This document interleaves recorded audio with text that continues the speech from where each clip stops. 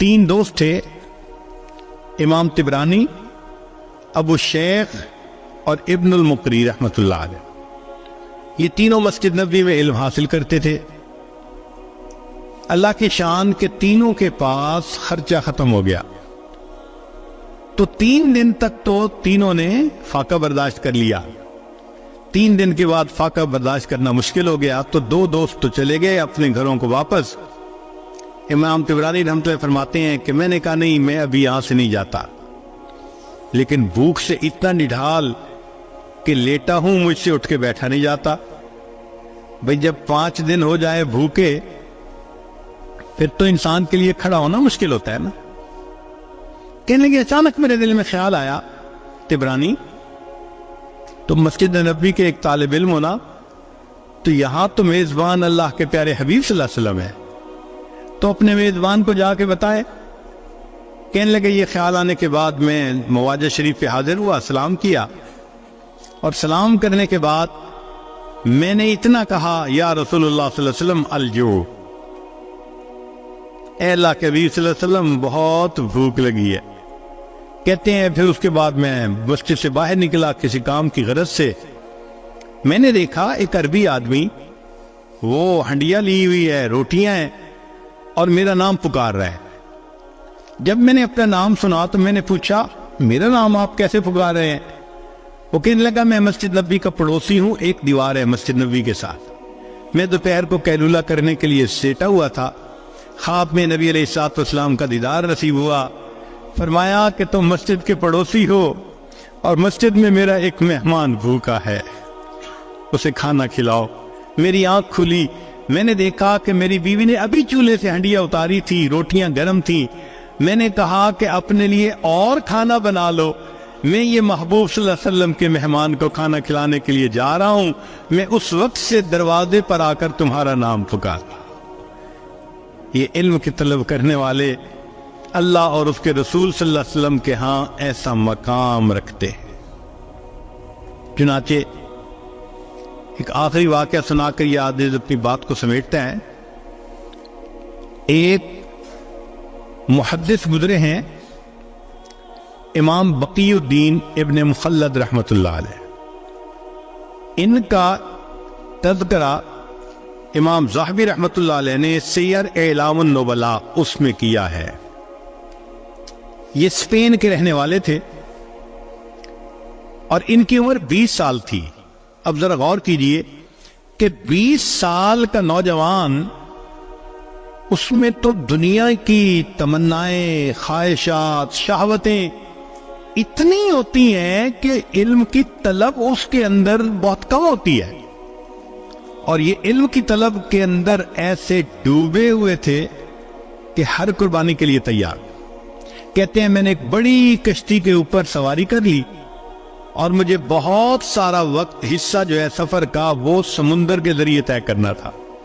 اللہ کی شان، ہماری کشتی وہ طوفان میں گر گئی، ہائی ٹائیڈ کے اندر گر گئی، اور جب ہائی ٹائیڈ کے اندر کشتی گر جائے تو ایسے لگتا ہے کہ ابھی الٹ جائے گی۔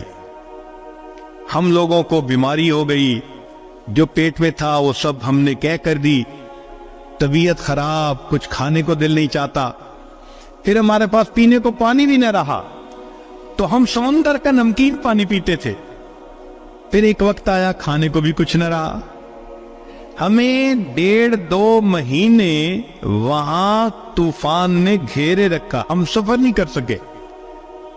اب کپڑے بھی میلے، نان نفقہ بھی ختم، اور سمندر کے اندر ہم اپنی موت کے انتظار میں، مگر اللہ کی شان کہ اللہ رب العزت نے حفاظت کرنی تھی۔ طوفان ختم ہوا اور ہمارا سفر شروع ہوا، اور ایک وقت آیا کہ ہماری کشتی کنارے لگی۔ میں نیچے اترا، اپنی گٹھری میں نے اپنے کندھے پر اٹھائی، سر پہ اٹھائی، اور میں نے سفر شروع کیا، اس لیے کہ مجھے کئی 100 میل کا سفر پیدل کرنا تھا۔ جانا کہاں تھا؟ بغداد جانا تھا، امام احمد بن حنبل رحمۃ اللہ علیہ سے حدیث پڑھنے کے لیے۔ یہ ان کے دل کی تمنا تھی۔ کہتے ہیں کہ میں دن رات پیدل چلتا رہا، سفر کرتا رہا، حتیٰ کہ جب میں نے بغداد شہر کو دیکھا نا آنکھوں کے سامنے، تو میرے جسم نے جواب دے دیا، اتنی تھکن تھی، میں ایک درخت کے نیچے گٹھڑی کو رکھ کر لیٹ گیا اور بہت گہری نیند سو گیا۔ جب سو کے اٹھا تو میں نے کہا کہ چلو میں شہر جاتا ہوں۔ تو میں نے راستے میں ایک بندے کو آتے ہوئے دیکھا۔ میں نے اس بندے کو سلام کر کے پوچھا کہ سناؤ امام احمد بن حنبل کا کیا حال ہے؟ اس نے کہا کیوں پوچھ رہے ہو؟ میں نے کہا میں اتنا دور سے سفر کر کے ان سے علم حاصل کرنے کے لیے آیا ہوں۔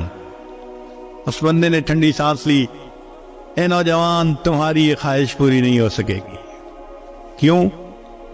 اس نے کہا کہ حاکم وقت امام احمد بن حنبل سے کسی وجہ سے ناراض ہو گیا ہے، اس نے ان کو گھر میں نظر بند کر دیا ہے، نہ کوئی بندہ ان سے مل سکتا ہے نہ وہ کسی بندے سے مل سکتے ہیں، تم تو علم حاصل نہیں کر سکو گے۔ کہتے ہیں کہ یہ خبر بجلی بن کے گری میرے دل پر، مگر میں چلتا رہا حتیٰ کہ شہر پہنچ کے ایک سرائے کے اندر میں نے کمرہ کرائے پر لے لیا اور میں وہاں رات کو لیٹ گیا۔ اگلے دن اٹھا تو میں نے سوچا اتنا بڑا شہر ہے، آخر کہیں تو حدیث کا درس ہوتا ہوگا۔ تو مجھے پتہ چلا کہ عصر کی نماز کے بعد ایک محدث تھے جو استاد المحدثین تھے، یحییٰ ابن معین رحمۃ اللہ علیہ، جو جرح اور تعدیل کے امام کہے جاتے ہیں۔ وہ حدیث کا درس دیتے تھے۔ میں عصر کے بعد وہاں پہنچ گیا، انہوں نے ایک حدیث مبارکہ پڑھائی، پھر بتایا، پھر اس کے بعد کوسچن آنسر کی نشست شروع ہوئی۔ تو لوگوں نے ان سے روات کے بارے میں سوال پوچھنے شروع کر دیے، فلاں راوی کے بارے میں آپ کیا کہتے ہیں، فلاں راوی کے بارے میں۔ تو کہنے لگے کہ یحییٰ بن معین رحمۃ اللہ علیہ وہ جواب دینے لگے۔ تو میں اٹھا اور میں نے اٹھ کر کہا کہ جی آپ ہشام بن عمار کے بارے میں کیا کہتے ہیں؟ ان کا وہ چادر والے؟ میں نے کہا ہاں۔ کہنے لگے اگر ان کی چادر کے نیچے تکبر بھی آ جائے تو بھی ان کی ثقافت میں کوئی فرق نہیں پڑتا، یعنی وہ اتنے ثقہ ہیں، پکے بندے۔ پھر میں نے دوسرا کوسچن پوچھنا شروع کیا تو جو قریب والے تھے انہوں نے میرا کرتا پکڑ کے کھینچا۔ ان کا طالب علم تو اجنبی نظر آتا ہے۔ یہاں کی مجلس کا یہ دستور ہے کہ ہر بندہ ایک مجلس میں ایک کوسچن پوچھ سکتا ہے، سارے کوسچن ایک ہی پوچھے گا تو باقیوں کی باری کیسے آئے گی؟ بیٹھ جاؤ۔ کہنے لگے جب انہوں نے کہا بیٹھ جاؤ تو میں نے، مسکین چہرہ تو تھا ہی صحیح، ان کی منت سماجت شروع کر دی، میں نوارد ہوں، مجھے پتہ نہیں تھا، میں نے اصل کوسچن تو اب پوچھنا تھا، میں یہ کوسچن پہلے پوچھتا۔ لوگوں نے میری فریاد کو دیکھا تو ان کو ترس آ گیا، وہ کہنے لگے اچھا ایک کوسچن اور پوچھ سکتے ہو۔ کہتے ہیں کہ میں نے یحییٰ بن معین رحمۃ اللہ علیہ سے ایک کوسچن اور پوچھتا، اور وہ کوسچن کیا تھا؟ میں نے پوچھا کہ مجھے امام احمد بن حنبل کے بارے میں آپ بتائیے کہ آپ کیا کہتے ہیں۔ میرے سوال کو سن کر یحییٰ بن معین رحمۃ اللہ علیہ نے سر کو جھکا لیا، مجمع پہ سناٹا چھا گیا، پن ڈراپ سائلنس۔ لوگ حیران تھے کہ اس بندے نے ایسا کوسچن پوچھ لیا، اس کو نہیں پتا کہ حاکم وقت کے خطاب میں ہے وہ۔ تھوڑی دیر خاموشی رہی، بالآخر یحییٰ بن معین رحمۃ اللہ نے سر اٹھایا، ٹھنڈی سانس لی اور کہا کہ امام احمد بن حنبل امام المسلمین ہے۔ جب انہوں نے یہ الفاظ کہے کہ احمد بن حنبل امام المسلمین ہے تو میں نے دل میں اور پکا ارادہ کر لیا کہ میں نے ان سے حدیث پڑھنی ہے۔ جب درس ختم ہوا تو میں نے قریب کے ایک آدمی کو کہا کہ مجھے امام احمد بن حنبل کا گھر دکھا دیجئے۔ اس نے کہا بھائی نہیں، پولیس کو پتہ چل گیا تمہیں بھی سزا ملے گی، مجھے بھی ملے گی۔ پھر میں نے اس کو کہا کہ بھائی ایسے کرو کہ مجھے ساتھ لے چلو اور امام احمد بن حنبل رحمۃ اللہ علیہ کے دروازے سے گزرتے ہوئے تم آنکھ کے اشارے سے بتا دینا کہ یہ گھر ہے، پھر میں جانوں میرا کام جانے۔ اس نے کہا چلو اتنا میں کر دیتا ہوں۔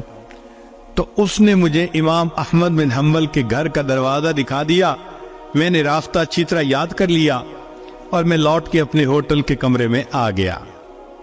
اب میں رات بھر سوچتا رہا کہ امام احمد بن حنبل سے میں علم حاصل کیسے کر سکتا ہوں، مجھے چین نہیں آتا تھا، میرا دل سکون میں نہیں تھا، میں کیسے ان سے علم حاصل نہ کروں، مجھے ہر قیمت پہ علم حاصل کرنا ہے۔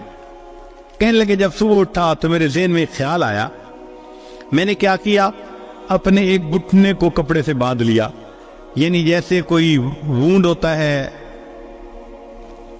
تو میں نے اس کے اوپر کپڑا باندھ دیا اور ایک لاٹھی پکڑ لی اور ایک کشکول بھی ہاتھ میں لے لیا، اور باہر نکل کے میں نے بھیک مانگنی شروع کر دی۔ اس زمانے میں جو سائل بھیک مانگتا تھا وہ چیزیں نہیں مانگتا تھا، صرف ہاتھ پھیلا کر اتنا کہتا تھا اجرکم علی اللہ، اور اجرکم علی اللہ کہنے پر لوگ سمجھ جاتے تھے کہ اس کو ضرورت ہے، کچھ دے دیتے تھے کچھ نہیں دیتے تھے۔ کہنے لگے کہ میں شہر کی گلیوں میں بھیک مانگتا رہا، کچھ لوگ مجھے سوالیہ نظروں سے دیکھتے کہ چہرے سے تو یہ نوجوان نظر آتا ہے، کیوں بھیک مانگ رہا ہے، اور کچھ ترس کھا کے کچھ دے دیتے۔ میرے لیے بھی یہ ایک عجیب ایمبیرسمنٹ والی کنڈیشن تھی کہ میں بھیک مانگ رہا تھا لوگوں سے، اور ان کی طرح طرح کی نظریں میں برداشت کر رہا تھا۔ مگر میں ایسے وقت میں امام احمد بن حنبل رحمۃ اللہ کے دروازے پر گیا کہ جب لوگوں کی چلت پھرت ذرا کم تھی، جیسے دوپہر کے بعد قیلولہ کا وقت ہوتا ہے، لوگ سو جاتے ہیں۔ اس وقت پہنچ کر میں نے بڑے درد سے یہی آواز لگائی، اجرکم علی اللہ، اجرکم علی اللہ۔ میری آواز سن کر امام محمد بن حنبل رحمۃ اللہ علیہ نے بھی سوچا کوئی بڑا ہی محتاج ہے جو میرے دروازے پہ آیا ہے۔ امام صاحب نے دروازہ کھولا، ان کے ہاتھ میں ایک سکہ تھا جو وہ مجھے دینا چاہتے تھے۔ جب وہ سکہ مجھے دینے لگے اس وقت میں نے کہا، حضرت میں مال کا فقیر نہیں، میں علم کا طلبگار، میں سنتوں کو جمع کرنے والا ہوں، اتنا لمبا سفر کر کے میں یہاں پہنچا ہوں، مجھے آپ سے علم حاصل کرنا ہے۔ امام صاحب نے کہا میں پڑھا نہیں سکتا، تم میرے گھر آ نہیں سکتے۔ میں نے کہا حضرت میں سارا دن بھیک مانگتا رہوں گا کہ لوگ مجھے بھکاری سمجھے، مگر اس وقت میں آپ کے دروازے پر آ کر صدا لگاؤں گا، آپ یہی سکہ لے کر دروازہ کھول دینا، اگر کوئی بندہ موجود ہو تو سکہ دے کے چلے جانا، اور اگر بندہ موجود نہ ہو تو کچھ احادیث مجھے سنا دینا۔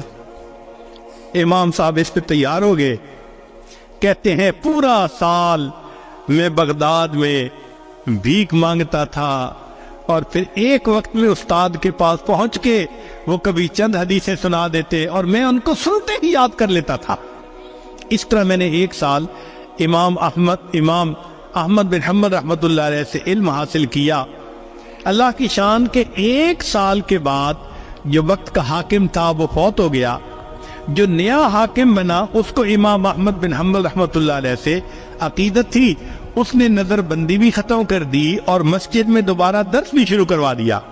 جب پہلا دن امام صاحب نے درس دینا تھا تو جامع مسجد لوگوں سے کھچا کھچ بھری ہوئی تھی، میں بھی وہاں پہنچا مگر آگے جانے کی جگہ نہیں ملتی تھی۔ بڑی محنت کوشش کے بعد میں ذرا آگے گیا، امام صاحب نے دور سے مجھے دیکھا تو امام صاحب نے فرمایا، لوگو ذرا راستہ دے دو، علم کا صحیح طلبگار تو یہ نوجوان ہے۔ علم کی تاریخ میں ایسے بھی حضرات گزرے کہ جو بھیک مانگنے کے بہانے اپنے استاد سے علم پاتے تھے۔